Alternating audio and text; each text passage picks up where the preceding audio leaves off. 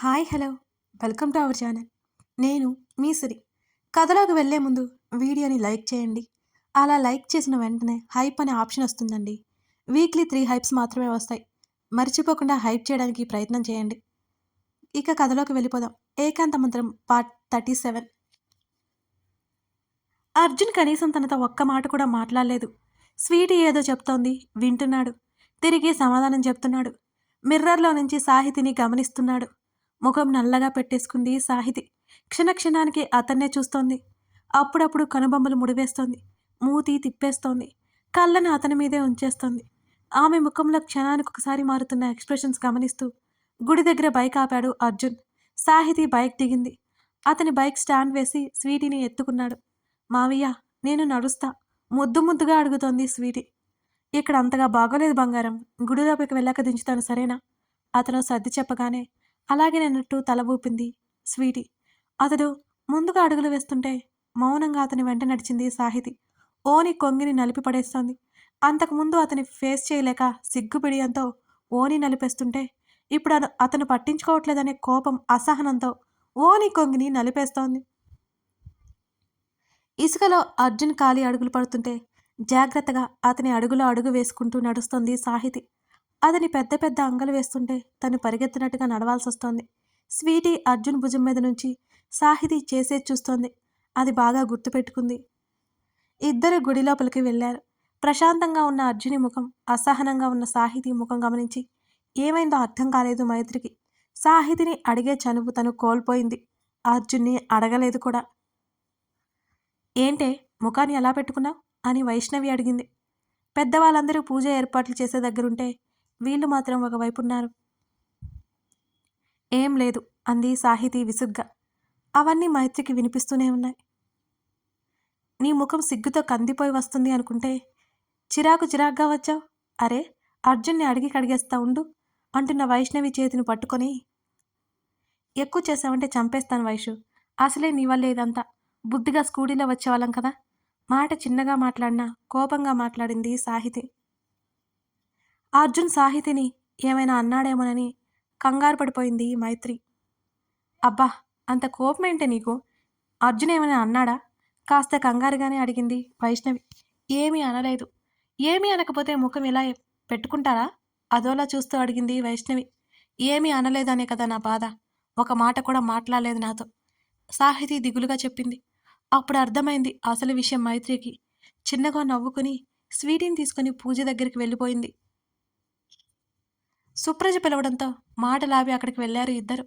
అయినా సాహితి ముఖమంతా ముడిచేసుకుని కూర్చుంది. అర్జున్, అటు చూడరా. తన పెళ్లిలో జరిగే కార్యక్రమాలన్నీ సాహి నవ్వుతూ చేసుకునేలా చూడు. నువ్వు మాట్లాడలేదంట, ముఖం చూడు ఎలా పెట్టిందో చిరునవ్వుతో తమ్ముడికి చెప్పింది వెనకే కూర్చున్న మైత్రి.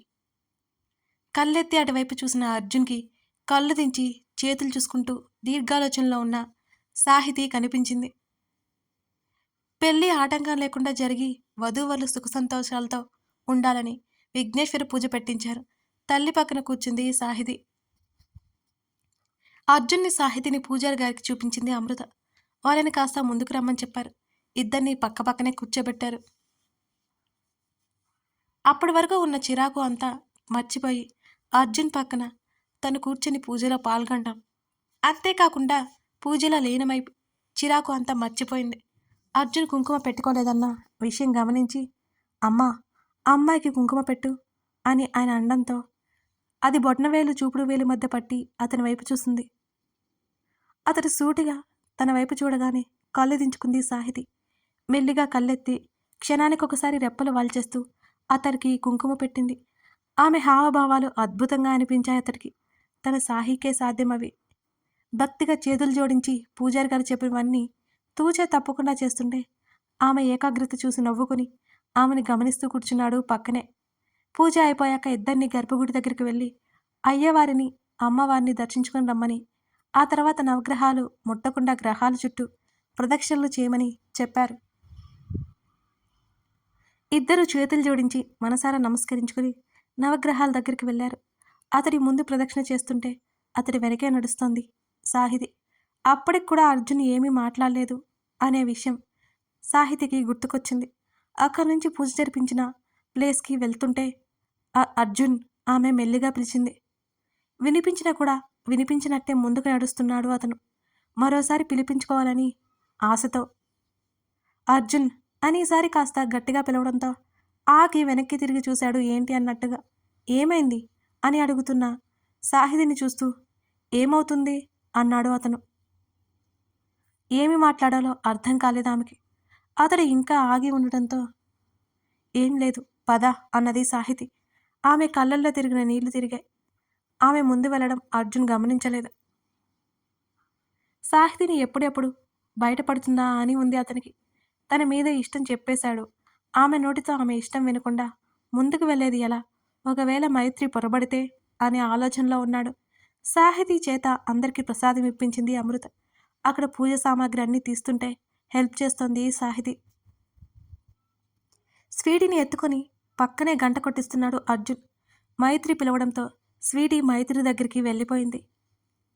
అర్జున్ అనిల్ వాళ్ళ వైపు వెళ్తుంటే పూజ కారణంగా నేల మీద పడిన ఆయిల్ మీద కాలు వేసి జారి ముందుకు పడిపోయింది సాహితి. ఆమె చేతిలో ఉన్న పసుపు కుంకుమ ప్లేట్లోంచి ఎగిరి అతడి మీద పడింది. చుట్టూ వాళ్ళు కంగారు పడిపోయి చూశారు వాళ్ళిద్దరి వైపు. సాహి కంగారుగా పిలుస్తూ ఆమెను పట్టేసుకున్నాడు అర్జున్. ఆ ప్లేట్లు అతనికి తగిలి పసుపు కుంకుమ ఆమె తలని అభిషేకించాయి. ఆయిల్ కాబట్టి అతను సంభాళించుకోలేక కింద పడితే కాలో చెయ్యో విరుగుతుందని అనుకుంది సాహితి. ప్లేట్ కింద పడిన శబ్దానికి చుట్టుపక్కల అంతా అటువైపు చూడగా సాహితి గట్టిగా అతని చొక్కా పట్టేసుకుంది. Sahi, are you okay? ఆమె వీపు మీద తడుతూ పిలిచాడు.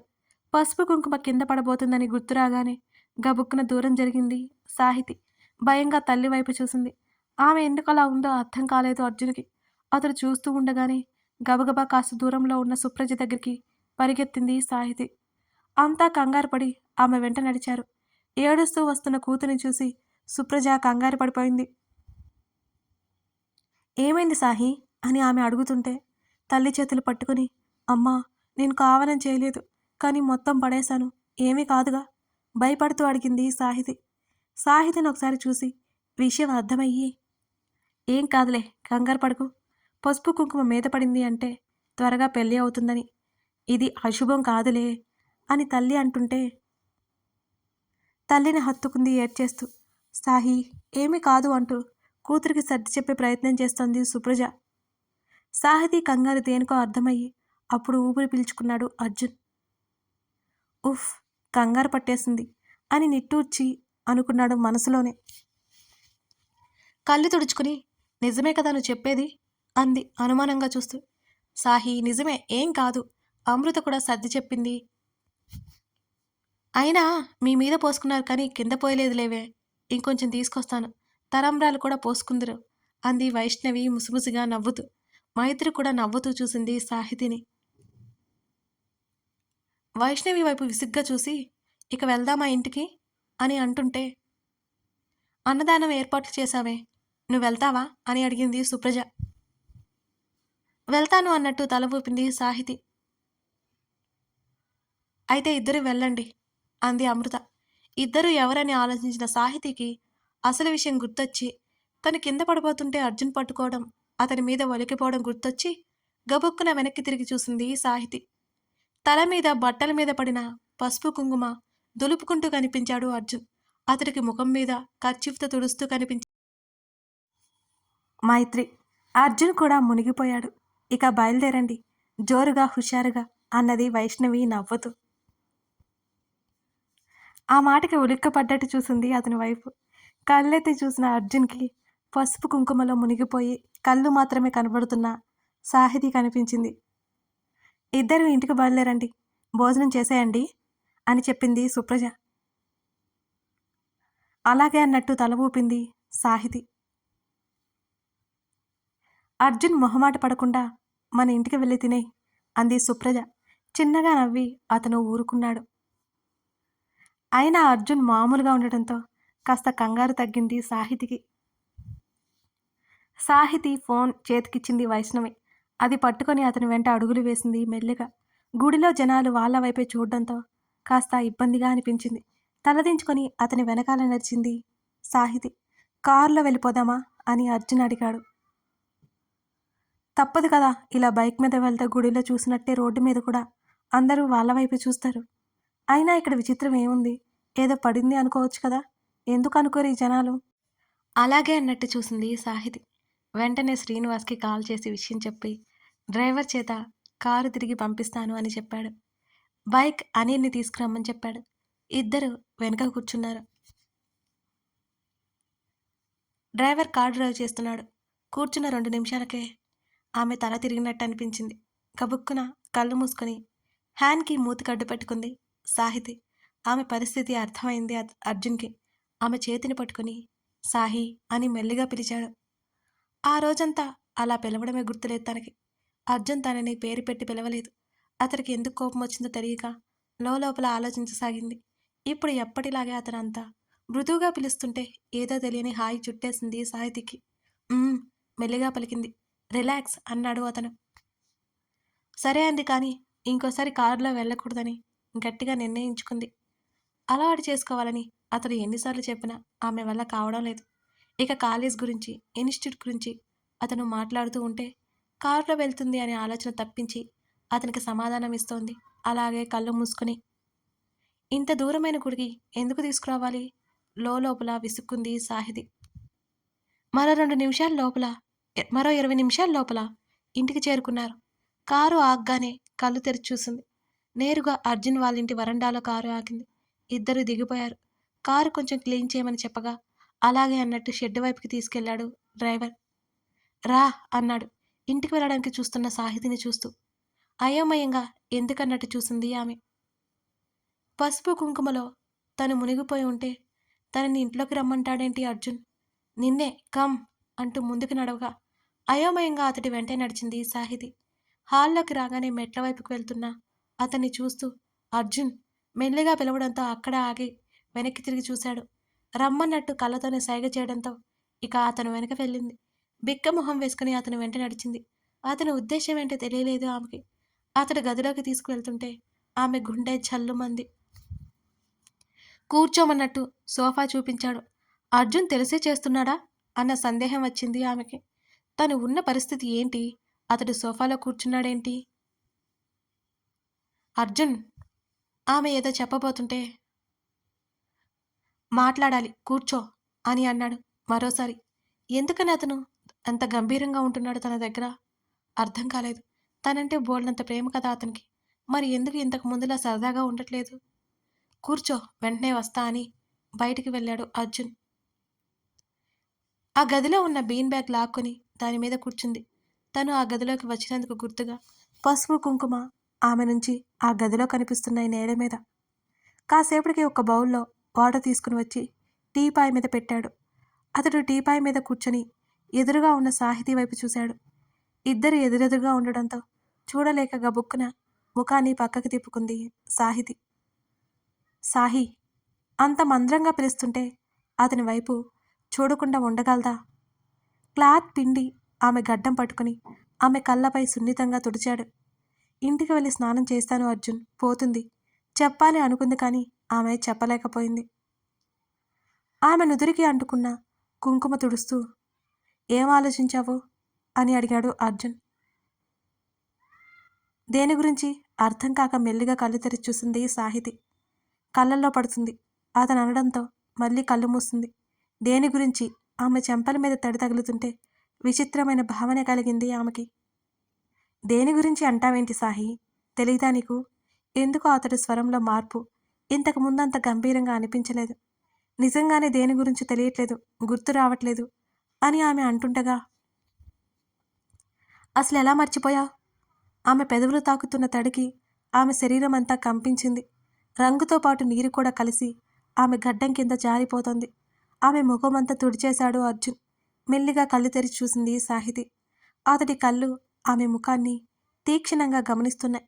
అతని చూపు ఎటు ఉన్నా ఆమె చూపు మాత్రం అతని కళ్ళనే అంటిపెట్టుకుని ఉంది. ఆమె కింద పెదవి పక్కన బొటనవేలుతో మెల్లిగా నిమరగా కొన్ని వేల సీతాకొక్కలు ఆమె శరీరం మీద గిలిగింతలు పెట్టిన ఫీలింగ్ ఒక్కసారిగా త్రుళ్ళిపడింది. మొత్తం పోయింది అంటూ తృప్తిగా నిట్టూర్చాడు అతను.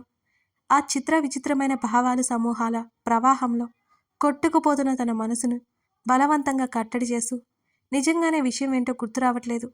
దేని గురించి అడుగుతున్నావు అర్జున్? సాహితి మరోసారి అడిగింది. దేని గురించి అంటావేంటి సాహి? ఈ పెళ్లి ఆగిపోవడానికి ఏమైనా ఆలోచించావా? లేక నాకే వదిలేశావా? అని అతను అనగానే ఒక కెరటం ఉవ్వెత్తున ఎగిసిపడిన ఫీలింగ్ ఆమెలో. కళ్ళు పెద్దవి చేసుకుని చేష్టలాపి అతని వైపు చూసింది సాహితి. కథ కొనసాగుతోంది. ఇదన్నమాట సంగతి. సాహితీ నోటి నుంచి నిజాన్ని రాబట్టడానికి అర్జున్ ప్రయత్నం చేస్తున్నాడు కదా. ఈ ఎపిసోడ్ మీకు ఎలా అనిపించింది? నచ్చిందా? నచ్చితే లైక్ చేసి తప్పకుండా మీకేమనిపించిందో కామెంట్ చేయడానికి ప్రయత్నించండి. అలాగే మన ఛానల్ని సబ్స్క్రైబ్ చేసుకుని సపోర్ట్ చేయండి. Thank you for watching this video.